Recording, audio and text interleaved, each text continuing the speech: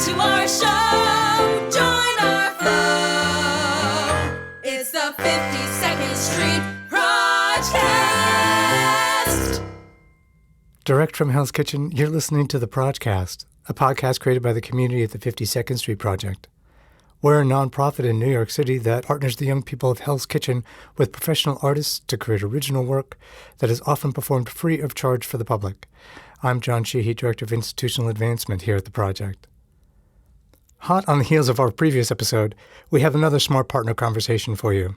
As you probably know, our Smart Partners program pairs project members with adult mentors, and the two meet weekly during the school year for a variety of activities, including our own version of The Amazing Race, a kind of scavenger hunt of activities and experiences which earn them points. Activities like recording a conversation for the PROJcast. So, in the last episode, you heard a talk between Kathy and her Smart Partner, Adair. In today's conversation, you'll meet Kathy's older sister, Sarah, and her Smart Partner, Lynne Rosenberg. Sarah and Lynne are in their 6th year of Smart Partnering, and they look back on their time together, what the project has meant to both of them, and what their odds are for repeating as champions of our amazing race. Here are Lynne and Sarah. All right, we are recording. My name is Lynne. My name is Sarah. We are Smart Partners. We've been Smart Partners since January 2018, but we met before that because Of my playmaking. I had one of the best roles I've ever had in my life in my 20 years in New York City as an actor, playing, what was my name? Regina in Hollywood is Harsh. Yes. Which people still talk about to this day. I have brought questions. Did you bring questions? I did. Okay, good. Well, we'll just run down the list. Should we go back and forth and ask me? Okay, I've decided I'm going to start because I'm in my 40s and I'm an adult and I get to go first. So we have lots of, I would say, themes that we return to in our conversations, like specific kind of Lynne and Sarah conversations that we have. And I'm wondering if you have a favorite type of conversation that we have sometimes. Like, sometimes we talk about the nature of time. Sometimes we talk about... I was thinking about that. I really was. I was thinking about how so many times we talk about time and how it works in the strangest ways, but how it's ultimately always there. Right. Well, and I think we both question, like, what is it? Is it a real thing or is it a construct humans have come up with? Absolutely, because oftentimes it's mainly me complaining to you about all the schoolwork I have, and you just say time is a concept. This will all mean nothing. It's funny because I never mean to dismiss any, like, I know how stressful school is, but also I know that you're such a good student, you're so smart, like, ultimately the, minutia of what gets stressful with high school will not ultimately matter, but I know how hard it is in the moment as well. And I think that's why it's not discouraging, it's, like, so encouraging. Good. Because, and it's so reassuring, too. Good, I'm glad. I think every time you say that, it's to, like, relieve the stress. And it definitely does work because, I end up leaving less stress now that I dump all my problems on your shoulders. Literally what I'm here for. I come to the project. Listener, you can't see I'm holding my arms like a little bowl. I'm just here for you to dump your stress onto. But even when you were young, I think of you, when you were 10 is when we started. I mean, that is such a different human than a 15-year-old. And we still would, talk about the nature of time, when you were that age, too. I feel like it's one of those things we've just returned I haven't thought about that. That is so strange how my, perception and understanding of, time as a concept has, changed. Especially after, having... I think it definitely blew my mind when, you first, said those words to me. Time is a concept that we have invented to give us a sense of control.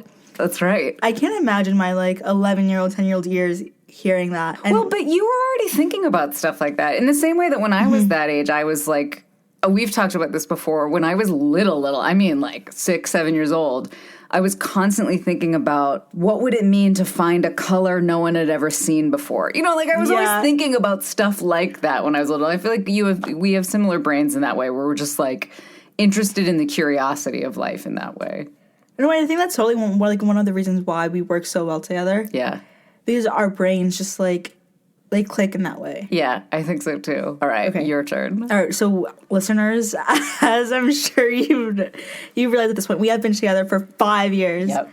All right, in those 5 years, what are some of your favorite memories we've created? I mean, I'm sure you would say this as well. Our pizza tour that we went on, yes, obviously was like one of the most fun things. I'm actually doing it again for my birthday. That's so fun. And it's Father's Day, so none of my friends can go with me. It's just me going, and I'm going to be there with strangers. But I was with like, Scott? Yeah, because Scott's leading the tour, and he's we're talking about Scott's Pizza Tours. If anyone is looking for a really fun thing to do, go on a Scott's Pizza Tour. It's awesome. But he either had or is having a baby. And so he's taking a big chunk of time off, and then he's back. And so I'm going to go on one of his first couple of tours back, which I'm really excited that is about. So cool. But it's Father's Day, so none of my friends could do anything for my birthday. So I was like, all right, well, I'll call my dad in the morning and I'm going on a pizza tour. But yeah, I mean, our pizza tour is one of my favorite things. Obviously, winning the Smart Partners race in 2019 was one of my favorite things. It was just really, I mean, we were already, the foundation of the race was to give Smart Partners really focused things to do and give some direction to partnerships that, whether or not they have close connections otherwise, I think you and I, because we already were so close, we're like, we're going to do this. I didn't even think about that because I just viewed it as another thing for us to do because I don't think I ever saw you a Wednesday or a Monday or whatever and thought to myself, oh, Lynn and I have nothing to do because we would spend an hour or two just talking. Yeah. That is so crazy. I didn't think about that as that they were at the project that as a way to give activities and guidance to these smart partnerships. I think it's helpful to just give a little bit of structure, especially Definitely. if not everyone has the connection that we had immediately, and it's helpful for that. Another favorite moment of mine, which is many, many moments, was just seeing you every week during the pandemic. We Zoomed every single week. And I think that was a huge contribution to my mental health during that time of just knowing, Really? Yeah, absolutely. Once a week, I was just going to sit in front of Zoom and chat with you. And not that it felt normal, because it didn't feel normal at all, but that I just had that regularity. That I had something constant. that was really constant and routine. And then also, within that, when we talked, right before the summer was about to start, the project had sent out a thing that was you don't have to meet over the summer or whatever. And you and I were both we're going to keep meeting, right? And we were just so on the same page that it really warmed my heart in that way of just I'm so glad that this young person also wants to see me as much as I want to see her through this horrible, horrible time. Yeah, what are some of your favorite moments? Well, I think that cake, the first one that we made. The terrible cake. The delicious cake that looked terrible was always important to... Because I remember being in shock at how it had completely crumbled before our eyes. I couldn't believe it because, it just crumbled and I was in shock. Yeah, iced it way too soon. Amateur baker move. But it was so fun. It definitely was. And I mean, I assume Pizza Tour is up there on your list as well. Yeah. I mean, you already mentioned it, so. No others? No, I think, adding on to the pizza thing, I think for both of us, it was the people we met there. Yeah. The people definitely added that extra touch to the tour aspect. Because I think you having lived in New York for so long and me being born here, we don't really feel that sense of tourism. Yeah. And so doing that and meeting people from different boroughs and with different experiences, whether they're native New Yorkers or not, I think it was just we got so much exposure. And it was just so much fun. Yeah. It was an amazing day. It really was. It also, I mean, I just always think about how beautiful it was that day. It could have been raining. It could have been awful, but it was gorgeous that day. Awesome. Oh, what is your first memory of meeting me? It is, I think I have a really bad memory, and it's true, but for some reason I still remember when we met when playwrights were meeting their actors and their directors, and I remember one of the first things that stood out to me was how you were an only child. Yeah. And I think, and for some reason, I don't know why it stuck out that much to 10-year-old me, but I remember writing that down in the notebook. It was Lynne is an only child. That's really funny. Yeah, I remember you taking specific note of that. Yes. So the reason I ask is that You know how you just have images from your past that will just pop up randomly Absolutely. sometimes? I have this rich, distinct memory of watching you, this little 10-year-old kid with her backpack that was too big for her, rounding the corner, and I know exactly where Shalia and I were sitting, and come running down the hall, like through the kitchen part. Really? Yeah, you came bounding down the kitchen part and gave me a giant hug. Do you remember that? No, but I believe you. I believe you. Oh my God. That whole sequence of kid rounding the corner, running towards me and hugging me is like one of those things that will just like pop up in my head every now and then. That's so sweet. Yeah. And I would never have thought of that. I would have never thought of that. Yeah. It is like that. That's probably one of my favorite memories of my life. Thank you. I think that made my day because I don't think when I walked in here, I was like going to expect you to say that. Yeah. That is crazy. Yeah. But it's funny. I do very specifically remember you noting that I was an only child because you were like, I have a 5-year-old sister. And Yes. I was an only child and now I'm not anymore. I think that's why. I think that's why that particular fact about you stood out to me that much. Yeah. All right. I know. So circling back to the Amazing Race. Okay. I think this year we certainly have that extra touch of like competition. Yeah. Yeah. Well, we got a title talk about this. uphold. Yeah. How do you feel? Because I think back in 2019, that sense of competition was there, but it wasn't. I don't think it was as close. Yeah. Well, as your sister wasn't competing against us. I mean, that is part of it, right? Definitely. For you. Here's where I stand with it. And it is not to say that I am not fully here for us going full force ahead, but you are a 15-year-old sophomore in high school with a lot more on your plate now than you were when you were in No, you were just finishing up 6th grade. There's a lot more on your plate now. So I just always want to manage expectation of like, we're going to do great, but like, there's a lot on your plate. So just don't be mad if like we don't get to everything we want to get to. No, we will. We will. And we're banging it out. I mean, we really are. We've done a lot, especially of the big ticket stuff. Definitely. We've got plans. I'm looking to potentially change like a trip I'm taking around Memorial Day weekend, and I was like, well, I have to make sure I'm back for Manhattan Henge. I was like, I absolutely cannot disappoint Sarah. We've got to make Manhattan Henge. That's big ticket item. We've got to do major one. It. Yeah. Even though it's at like 8:15 at night, we're going to do it. We will. We're going to do it. It's going to be great. I feel great about the race. I just want to manage expectation, especially because this week you're sort of discovering it's not like you're going to coast to the end of the school year. That like things have been getting really hectic in school, and there's really only like a month. 4 weeks basically of the Amazing Race left. So, but we'll do it. We will. We're gonna win. It's gonna be great. I can't imagine us not winning because that would mean really either. Because that would mean losing, and then. But then also, if you thought about this, I'm like, are we going to do this next year too? like, if you keep winning, there's just more and more pressure to keep winning. You know, I don't really feel like the title pressure. I feel more like the sibling rivalry. I think that's what really gets me. You know, I can understand that. I really feel the need for that ego boost. And I remember telling my mom about it. And this is major top secret information. That only all of the listeners of the PROJcast will hear. But for a solid 30 seconds, my mom tried to convince me to let my sister win. I'm going to give your mom hell for that. And she asked me to just give it to her, just hand it over to her to, you know, make the effort, but at the end of the day, just give it to her. And I said no, obviously. She's in so much trouble for that. She should know better than to tell an older sibling that. That's so funny. But you know what? I think that just adds to the motivation and the drive. Yeah. To really... to prove it to everyone. That's right. All now, the haters. I know. I'm like, well, now we really have to.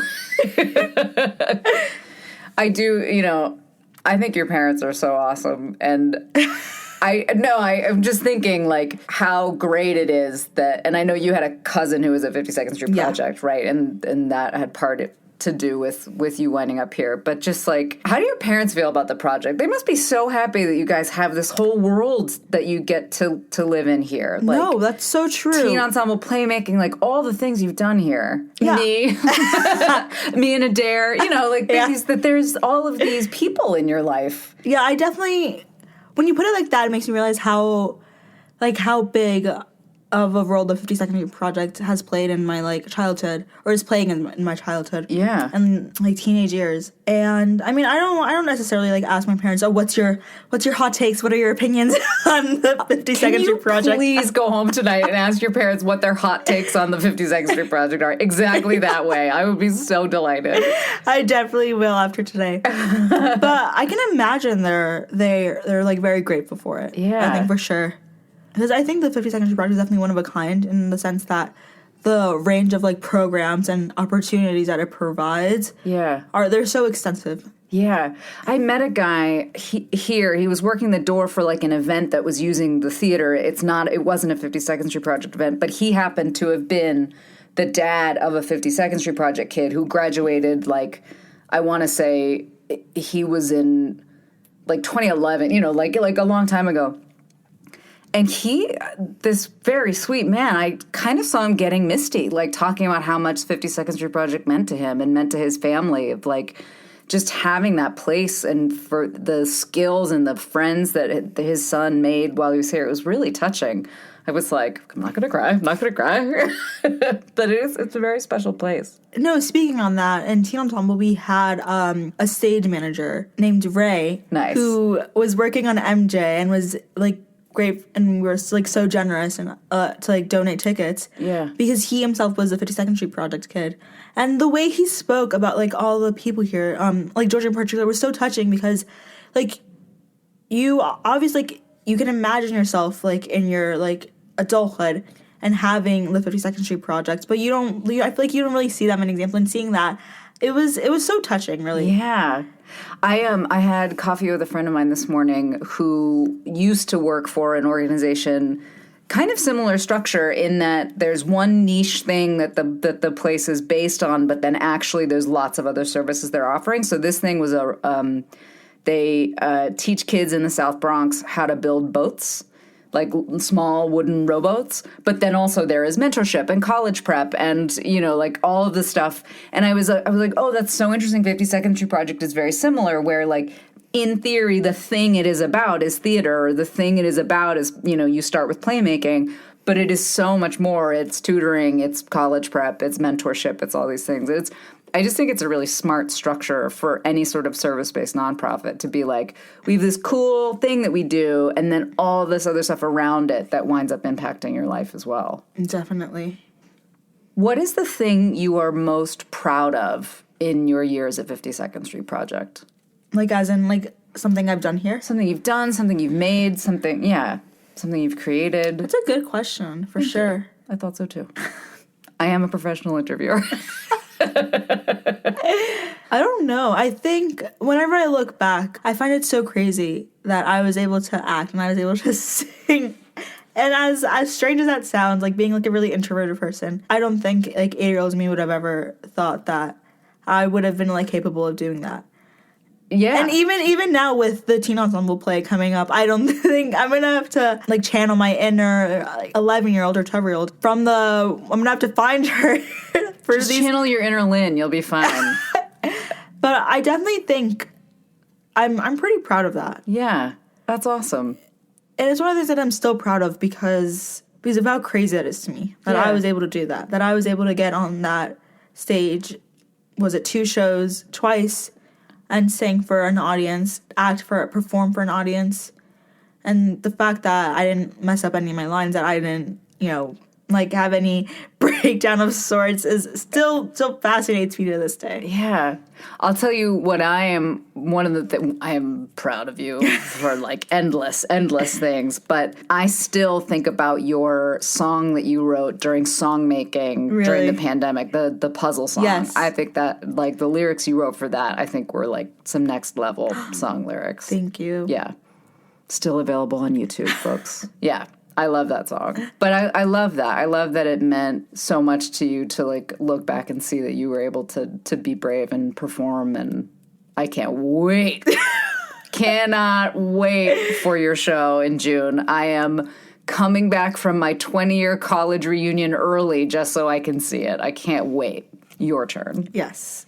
How do you think we handled smart partnering during COVID? Because I know that it was certainly a challenge for a bunch of pairs. Yeah. And I think we came out of it pretty strong. Yeah. I already knew we had a really close relationship, but I think I was so touched by how strong, I mean, there's no real other word. Like, you know, that it just like we have this really close, unique relationship. How lucky I am that like as this now 42-year-old woman, I have this amazing 15-year-old in my life who's just like, I refer to as my kid sometimes, and people are like, you have a kid? I'm like, nope, sorry, that was unclear.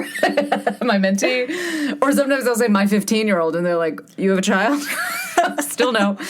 But no, I just think I'm just the luckiest person in the world to have you in my life. And I think the pandemic really, it was never not solidified, but that it really sort of blossomed that of like understanding mentorship in theory is about me being there for you. And of course I am, but ultimately like I'm the one that gets the gift, right? And so I think that became abundantly clear to me during the pandemic. I didn't think about that, about the mentor-mentee relationship, because I kind of viewed you as like an equal. Like we spoke about, we were on the same page, but you definitely do. There are definitely moments where I'm like, oh wow, like Lynne is crazy about this. Like she is so knowledgeable and so wise.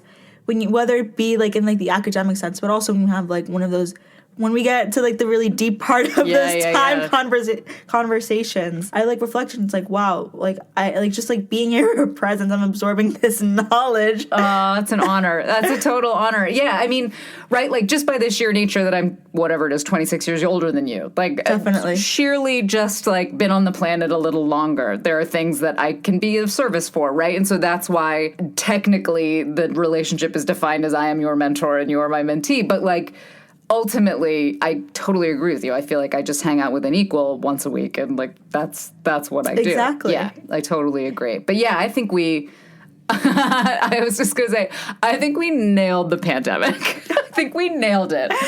No, I do. I mean, I think we met a couple times, even in scary pre-vax moments, and found ways to, you know, stay connected and Zoomed once a week for so long. I mean, that is so true. It was funny when I had COVID this past February, we Zoomed again and it felt like, whoa, it felt like 2020 again. It really did. Yeah. I forgot about that. I know. Yeah. I mean, do you think so? I think we did great coming out of the pandemic. I think we did, and I think it's definitely evident in the way that we still have that bond that we did before. Yeah. And if anything, it's gotten stronger. I agree. And I'll tell you, teenage development, like you definitely could have, like any teen, gone through a kind of like too cool for school, like not interested in hanging out with me anymore. Like it's historically, there's a lot of smart partnerships that tend to kind of like not end, but just sort of fizzle when a kid gets to high school. Off. And I will say, I think, not that I'm grateful for the pandemic, but because it hit when it hit, we sort of never went through that. But we never, because we were sort of one another's support, I think, through that time. Definitely.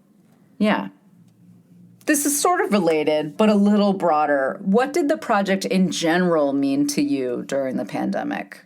Because you did a bunch of stuff with it. You did song making. You started Teen Ensemble within this period of time. Like, what does we kind of covered this before, just about talking about how important the project is in general, but during the pandemic specifically, what value do you feel like just being a member of the project community had for you? Well, I think my mind was maybe more like occupied with the pandemic aspect of like the world or whatever, or at the time. But I think now looking back on it, I think I value it because it served as a distractor, a thing for me to do when there was quite literally nothing to do. Yeah. They were so good at offering programming online. It was like we did writing workshops with them. We did all sorts of stuff just on Zoom. Drawing workshop, that was fun. That really was fun. Yeah. And like shout out to Garrett, because a lot of those things were run by Garrett, and you know he worked really hard to bring programs that would usually take place in person. Yeah. And like bring them to life like on Zoom. and make them like accessible for like a lot of people. Yeah, and especially for the younger kids too, where they were doing game things and cooking from home, and they really just found ways to offer just something to do, even though it was still staring at a screen in those early days. It's just something. Exactly. Yeah. And for me, I often joke long before the pandemic, and I will for the rest of my life, that my entire social life is geared around the 52nd Street Project, because it's one of the only places I can go to and know I'll always be happy. Like, I'm an introvert as well, and so like socializing is always, especially as an adult, it's like always like, oh, do I even really want to leave my house for whatever X thing is, like a person's party or a, whatever it is. But with the project, I always know wherever I'm going, it's going to be, whether it's I'm going to playmaking, whether I'm going to go see you, whether I'm going to go do one of the other projects here. Like when I used to work with Teen Ensemble all the time, like I always know I'm going to be happy by the time I leave. There's never a question. And as an introvert, that is saying a lot because I need a lot of alone time. Is it my turn? Yeah. Okay. We've been together for 5 years. What's some of the advice you have for, partnerships just starting out? Good question. I would say, to the adult, I would say really commit to just being deeply yourself. Like, don't try to be something for the kid. Does that make sense? Don't try to play a role of mentor or the role of, like, whatever you might think the job is. Like, just be deeply, deeply yourself, that is the greatest service you could offer a kid. I think I feel that way in general anytime you're interacting with a student or a young person. The more authentic you can be, the greater service you could be, I think. What about you? Like, what would you offer a student going into a smart partnership? Well, similar to that response, I think authenticity. I think be as like transparent as possible. Yeah. Because I think what worked out really well between you and I is that we gave each other our hot takes. Hot takes. Our opinions as they were. We laid them out. Yeah. We laid all of our cards for each other to see.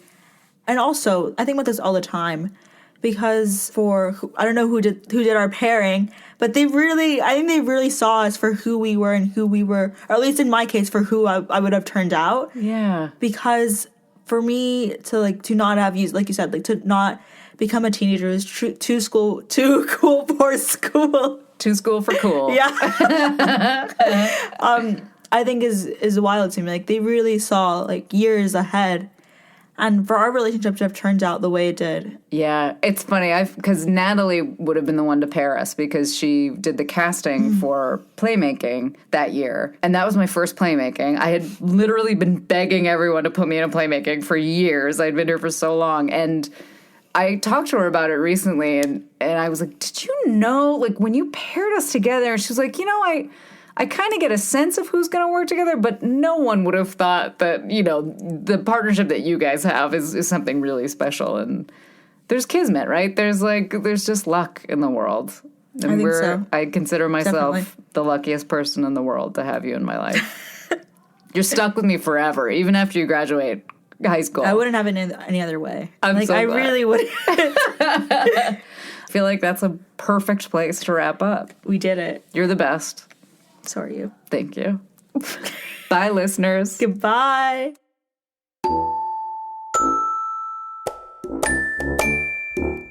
That was Sarah and Lynne.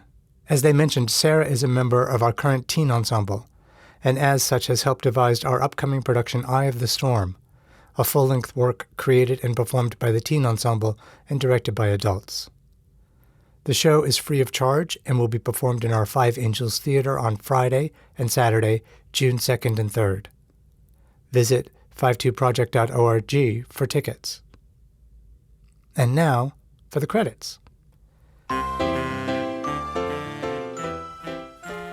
The project member featured in this episode was Sarah and her smart partner, Lynne Rosenberg. The project theme song was created by Justin and his smart partner, Eric March, and performed by Miranda Anderson, Rebecca, and Nicole. The project logo was created by Iris Brown. Follow us on Facebook, Twitter, and Instagram. The 52nd Street Project is supported by public funds from the New York City Department of Cultural Affairs and the New York State Council on the Arts. We are a nonprofit organization, and we're able to do what we do because of generous folks like you. That's all for today. Stay safe out there. And remember the project motto, we all belong, we all get along. Until next time, on the PROJcast.